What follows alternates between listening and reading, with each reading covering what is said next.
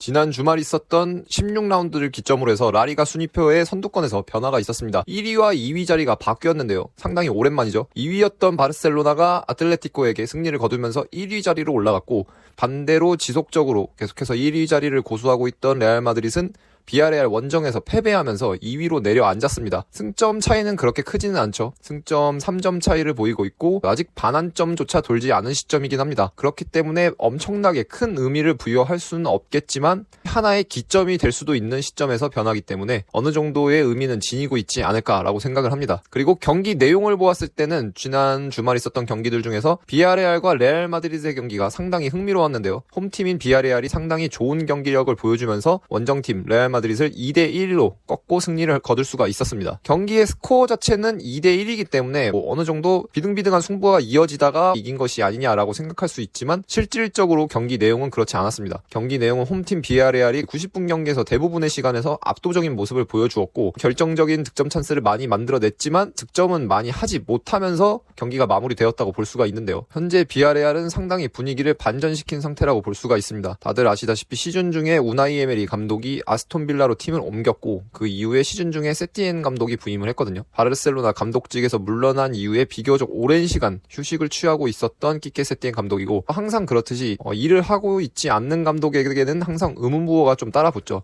현장 감이 떨어지는 것 아니냐, 이제는 현직에서 일하기는 좀 힘들지 않냐, 특히 탑레벨에서는 일하는 것이 좀 힘들지 않겠냐라고 얘기를 하는데 개인적으로는 되려 반대라고 생각을 합니다. 프로팀의 경우에는 굉장히 빡빡한 일정, 특히 라리가나 프리미어리그나 세리에나 이런 팀들의 경우에는 거의 시간이 많이 부족하죠. 시간이 그리고 부족하다는 것이 어떤 것으로 이어질 수가 있냐면 말 그대로 개인의 발전 이런 것으로는 이어지기가 힘들다고 볼 수가 있습니다. 일을 하면서 경험은 계속해서 쌓이기는 하지만 말 그대로 축구 자체 다른 팀들의 경기를 보면서 거기서 뭔가를 깨닫고 그것을 자신의 팀에 적용시키고 이럴 수 있는 시간 자체가 사실 굉장히 부족하거든요. 휴식을 취한다는 것, 팀을 맡고 있지 않는 시간이 주어진다는 것은 되려 그렇게 다른 팀들의 경기, 굉장히 다양한 축구를 보면서 자신의 능력을 또 향상시킬 수 있는 기회가 될 수 있기 때문에 경우에 따라서 물론 다 다르겠지만 쉰 것이 마이너스가 된다고는 개인적으로 생각하지 않았습니다. 그리고 이런 것들을 어느 정도 확실히 보여주고 있죠. 부임 직후에는 컨퍼런스 리그 포함해서 1무 3패를 기록하면서 스페인 언론에서는 너무 앞서 나간 얘기긴 했지만 경질설까지 나왔던 것이 사실입니다. 반면에 세티엔 감독의 경우에는 1무 3패를 기록한 이후에 기자회견에서 얘기하기를 최근에 연락들이 지인한테 많이 온다. 마치 누가 죽은 것 마냥 위로와 격려를 하는 경우가 많은데 그런 것들에 대해서 고맙기는 하지만 나는 전혀 그렇게 생각하지 않는다. 부정적으로 생각하지 않고 우나이 에메리 감독이 굉장히 비아르에서 다년간 팀을 맡았잖아요. 그리고 챔피언스리그 4강이라든지 유로파리그 우승이라든지 굉장히 뚜렷한 족적을 남겼기 때문에 이러한 감독이 떠난 이후에 자신이 와서 변화를 주는 과정에서 오는 굉장히 자연스러운 현상이다 이렇게 얘기를 했거든요. 그리고 거짓말처럼 1무 3패를 한 이후에 11월 10일에 있었던 에스파뇰 원정 승리를 시작으로 구강컵까지 포함하면 공식 경기에서 이번 레알 마드리드전까지 5연승을 기록 중입니다. 이러한 비아레알과 키케 세티엔 감독의 반전은 아무래도 월드컵 휴식기가 굉장히 긍정적으로 작용했던 것으로 보입니다. 월드컵 휴식기로 인해서 발생한 프리시즌 혹은 미니 프리시즌이라고 볼 수가 있는데 시즌 도중 감독을 교체했던 비아레알 입장에서는 상당히 좋은 기회였을 것으로 생각이 됩니다. 결국 프리시즌이라는 것이 가지는 의미는 무엇이냐면 감독이 가지고 있는 아이디어, 그러니까 개인이 일방적으로 선수들에게 아이디어를 주입시키는 것이 아니고 선수단의 특징, 어떤 선수가 어떤 장점을 가지고 있으며 어떤 약점을 가지고 있는지를 파악해서 결국에는 강점과 장점을 극대화할 수 있는 형태로 감독은 게임 모델이라는 것을 구성을 해야 되거든요. 그리고 프리시즌이라는 것은 이러한 게임 모델을 선수들이 체화할 수 있는 기간입니다. 말 그대로 훈련 중에 경기 중 발생할 수 있는 상황을 계속해서 선수들이 체험하게 함으로써 각 상황에서 자신이 어떻게 행동 양식을 가져가야 하는지, 어떤 식으로 상대와 상호작용을 해야 하는지에 대해서 매뉴얼을 주는 과정이라고 볼 수가 있는데 시즌 중에 감독을 교체하게 되면 이러한 기회 자체가 박탈된 상태에서 시즌을 치러야 하는 거죠. 그러다 보니까 월드컵으로 인해서 발생한 프리시즌은 비아레알과 세티엔 감독의 입장에서는 굉장히 유용했을 것으로 예상이 됩니다. 실제로 프리시즌 경기를 보게 되면은 비아레알은 나폴리, 아스톤빌라, 갈라타사라이, 페네르바체 이 네 팀을 상대로 경기를 치렀는데요. 경쟁력이 있는 팀들이죠. 그리고 나폴리, 아스톤빌라, 갈라타사라이를 상대로는 승리를 거뒀고 페네르바체를 상대로는 패배를 거뒀습니다. 이러한 전반적인 과정, 제가 방금 얘기했던 프리시즌 시즌이 갖는 의미나 의의 등을 생각했을 때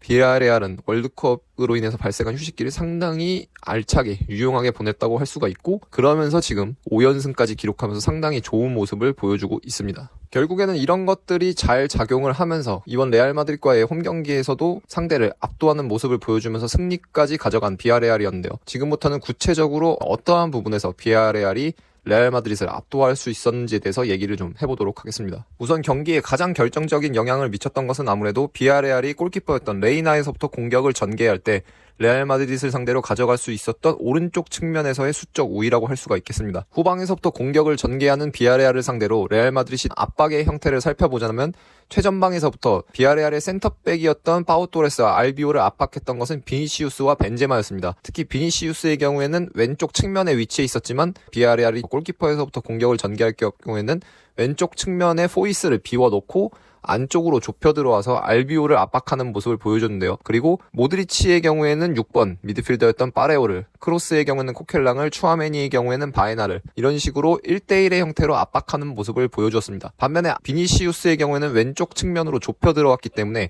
알비올과 포이스에 대해서 계속해서 2대1 상황에 놓일 수밖에 없었고, 알비올, 파레호, 포이스를 상대로 모드리치와 비니시우스가 3대2 상황에 놓이는 경우도 종종 발생했다고 볼 수가 있습니다. 오른쪽 측면에 있던 발베르데의 경우에는 비아레알의 왼쪽 풀백이었던 알베르토 모레노를 1대1 형태로 막았던 것에 비해 비니시우스는 알비올을 압박하기 위해서 안쪽으로 들어와야 했기 때문에 어느 정도 자연적으로 발생할 수밖에 없었던 상황이라고 할 수가 있겠습니다. 이러한 상황의 연출로 인해서 자유롭게 놓여있던 포이스가 공을 받았을 경우에 포이스에 대한 수비를 진행해야 했던 것은 레알 마드리드의 왼쪽 풀백인 맨지였는데요. 문제가 됐던 것은 맨지가 자신의 등 뒤에 있는 추크헤세를 내버려 둔 상태로 점프를 해서 전진을 해서 포이스에 대한 수비를 가져가야 했던 것입니다. 자신의 등 뒤에 굉장히 큰 공간을 남겨둘 수밖에 없었던 맨지이고, 해당 공간을 오른쪽 측면으로 빠져나온 제라르 모레노와 추크헤세가 지속적으로 활용을 하면서 여러 번 찬스를 만들어내는 모습을 보여줬습니다. 특히 추크헤세와 제라르 모레노는 두 선수 모두가 왼발잡이이기 때문에 오른쪽 측면으로 빠져나왔을 때 자신을 막하는 수비수의 등 뒤를 공략함으로써 계속해서 공을 앞으로 전개하기에 유리한 조건을 갖추고 있고, 상대 페널티 박스 인근까지 도달했을 경우에는 안쪽 패스라인을 보면서 공격을 전개하기가 상당히 유리한 입장에 놓일 수밖에 없거든요. 비아레알의 경우에는 이런 것들을 철저하게 활용함으로써 레알 마드리드를 자신들의 최후방 진영에서부터 끌어들여 공략하는 모습을 굉장히 효율적으로 잘 보여주었습니다.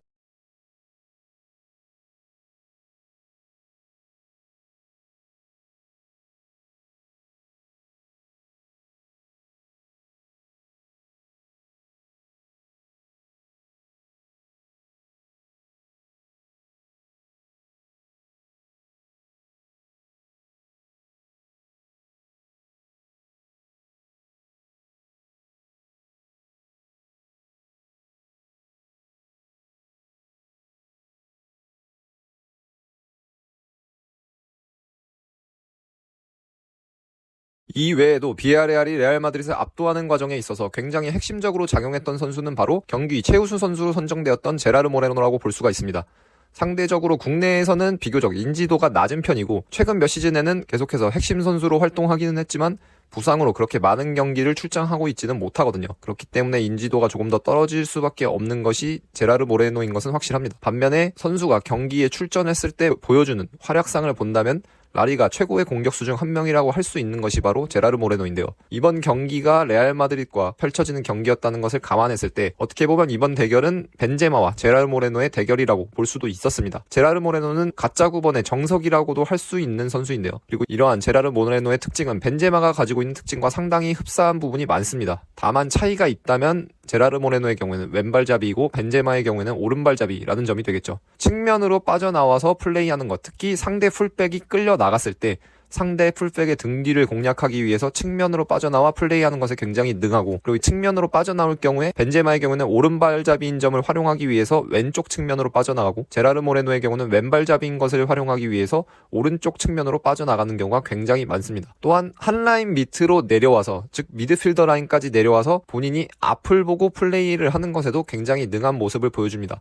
해당 상황에 능하다는 것은 결국에는 앞을 보고 공을 가졌을 때 상대 백라인과 미드필더 라인을 관통하는 스루 패스를 시도하는 것에 굉장히 능하다는 얘기가 됩니다. 이번 경기의 경우에는 파레오, 바에나, 코켈랑 이 미드필더 3명과 함께 유기적인 상호작용을 보여줬다고 할 수 있는 제라르 모레노인데요. 앞서 언급했던 것처럼 이번 경기에서 비아레알과 레알 마드리드의 미드필더 대결은 사실상 3대3의 형태였습니다. 모드리치가 파레오를 막아야 했고 토니 크로스의 경우에는 코켈랑을, 그리고 추아메니의 경우에는 알렉스 바에나를 막아야 했는데요. 특히 알렉스 바에나와 코켈랑의 움직임을 통해서 제라르 모레노는 자신이 활용할 수 있는 공간을 확보할 수 있었고 해당 공간에서 계속해서 플레이를 이어나갈 수가 있었습니다. 토니 크로스가 막아야 했던 코켈랑은 토니 크로스를 지속해서 특정 공간으로 끌어들임으로써 제라르 모레노가 활약할 수 있는 공간을 만들어냈고, 이는 알렉스 바에나와 다니 파레오의 경우에도 마찬가지였습니다. 다니 파레오가 모드리치를 끌어냄으로써 발생한 공간을 제라르 모레노가 활용을 하고, 알렉스 바에나가 추아멘을 끌어냄으로써 발생한 공간을 제라르 모레노가 활용하는 경우가 굉장히 많았습니다.